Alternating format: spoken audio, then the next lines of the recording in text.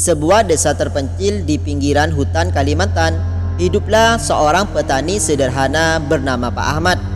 Setiap hari ia menghabiskan waktu di ladang dan sesekali pergi memancing di sungai dekat hutan untuk mencari ikan segar sebagai lauk bagi keluarganya.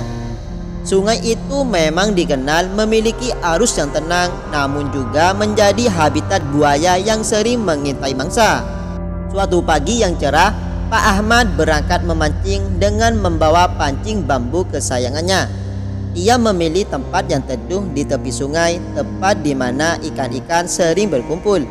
Sambil menunggu umpan dimakan ikan, Pak Ahmad bersenandung kecil menikmati kedamaian alam. Namun ketenangan itu seketika berubah menjadi momen menegangkan. Saat sedang menarik ikan besar yang berhasil ia pancing, tanpa ia sadari seekor buaya besar mendekat perlahan dari dalam air. Suara riak kecil di sungai membuat Pak Ahmad menoleh, dan ia langsung terperanjat melihat mata buaya itu yang berkilat tajam. Buaya itu meluncur cepat ke arah Pak Ahmad. Dengan refleks, Pak Ahmad melompat ke daratan. Namun sial, kakinya terpeleset karena tanah yang licin. Ia terjatuh dengan posisi terlentang, tak mampu bangkit secepat yang ia inginkan. Buaya itu semakin dekat, hanya beberapa meter dari dirinya. Di saat itulah sesuatu yang luar biasa terjadi. Dari balik semak-semak muncul seekor harimau besar dengan bulu loreng yang gagah. Harimau itu mengaum keras, membuat buaya terhenti sejenak. Pak Ahmad terpaku, tak tahu harus merasa lega atau semakin takut. Namun yang mengejutkan, harimau itu melompat ke arah buaya, mengusirnya dengan cakaran dan auman yang memekakan telinga. Buaya itu mundur perlahan, akhirnya kembali masuk ke sungai. Harimau itu berdiri di tepi sungai memandangi buaya hingga ia benar-benar pergi. Setelah yakin keadaan aman, harimau itu menoleh ke arah Pak Ahmad. Tatapannya tajam namun tak menunjukkan niat menyerang, seolah memberi isyarat bahwa ia telah menyelamatkan Pak Ahmad. Harimau itu berjalan perlahan kembali ke dalam hutan, menghilang di antara pepohonan. Pak Ahmad masih terdiam, tubuhnya gemetar antara rasa takut dan syukur. Ia segera bangkit dan berlari kembali ke rumahnya. Sesampainya di rumah, ia menceritakan kejadian itu kepada keluarganya dan tetangga. Banyak yang tak percaya dengan ceritanya, namun beberapa orang tua desa meyakini bahwa itu adalah wujud penjaga hutan yang datang untuk melindungi manusia yang menghormati alam. Sejak hari itu, Pak Ahmad semakin menghormati alam sekitarnya. Ia juga selalu berdoa sebelum pergi memancing atau bekerja di ladang, berharap agar alam terus melindunginya seperti hari itu. Cerita tentang Pak Ahmad dan harimau penolong itu menjadi legenda di desa mereka, mengingatkan semua orang untuk hidup selaras dengan alam dan makhluk di dalamnya. Setelah kejadian itu, kehidupan Pak Ahmad kembali normal, meskipun ia tak bisa melupakan pertemuannya dengan harimau yang menyelamatkannya. Setiap kali ia melewati tepi sungai itu, ia selalu merasa ada yang mengawasinya dari balik pepohonan, namun ia tak pernah lagi melihat harimau tersebut. Cerita Pak Ahmad menyebar ke seluruh desa dan bahkan ke desa-desa sekitar. Banyak orang yang penasaran dan datang untuk mendengar langsung kisahnya.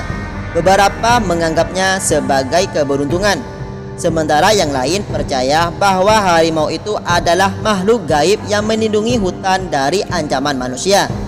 Namun tidak semua orang melihatnya sebagai peringatan. Beberapa pemburu dari luar desa mendengar kabar tentang keberadaan harimau tersebut. Mereka berencana untuk menangkapnya, baik untuk dijual maupun sekadar membuktikan kehebatan mereka. Suatu malam, Pak Ahmad mendengar suara tembakan di kejauhan. Ia segera teringat pada harimau penolongnya. Dengan hati penuh kekhawatiran, ia memutuskan untuk pergi ke hutan keesokan harinya. Meski keluarganya melarang, ia merasa memiliki tanggung jawab untuk memastikan bahwa harimau itu selamat. Berbekal keberanian dan doa, Pak Ahmad masuk ke hutan yang lebat. Ia berjalan menyusuri jalur yang biasa ia lewati ketika memancing. Setelah beberapa jam, ia menemukan jejak kaki harimau dan mengikuti arahnya. Di tengah perjalanan, ia menemukan perangkap besi yang dipasang para pemburu. Ia merasa marah, namun tak bisa berbuat banyak selain membongkar perangkap itu satu persatu. Ketika matahari mulai terbenam, Pak Ahmad akhirnya menemukan harimau itu. Namun, harimau itu tidak sendiri. Ia dikelilingi oleh 3 pemburu bersenjata. Harimau itu terpojok mengaum keras untuk mempertahankan dirinya. Namun ia tampak lelah dan terluka ringan. Tanpa berpikir panjang, Pak Ahmad keluar dari persembunyian. Dengan lantang, ia berteriak kepada para pemburu, meminta mereka meninggalkan harimau itu. Para pemburu terkejut melihat keberaniannya, namun mereka mengabaikannya. Pak Ahmad lalu berkata dengan penuh keyakinan, "Harimau ini adalah penjaga hutan. Jika kalian melukainya, seluruh desa akan terkena kutukan hutan ini." Kata-katanya membuat para pemburu ragu, karena mereka tahu reputasi desa itu yang dihormati oleh banyak orang. Tiba-tiba suara gemuruh terdengar dari dalam hutan. Seolah alam merespon, angin bertiup kencang dan suara ranting patah terdengar di mana-mana. Para pemburu menjadi panik. Mereka menganggap itu adalah pertanda buruk dan segera melarikan diri meninggalkan harimau itu dan Pak Ahmad sendirian. Setelah para pemburu pergi, Pak Ahmad mendekati harimau itu dengan hati-hati. Harimau itu menatapnya dengan sorot mata yang tenang. Pak Ahmad mengucapkan terima kasih seolah mengerti bahwa harimau itu telah memberinya kesempatan kedua untuk membalas kebaikan. Setelah itu, harimau itu berjalan pelan masuk lebih dalam ke hutan menghilang di antara pepohonan.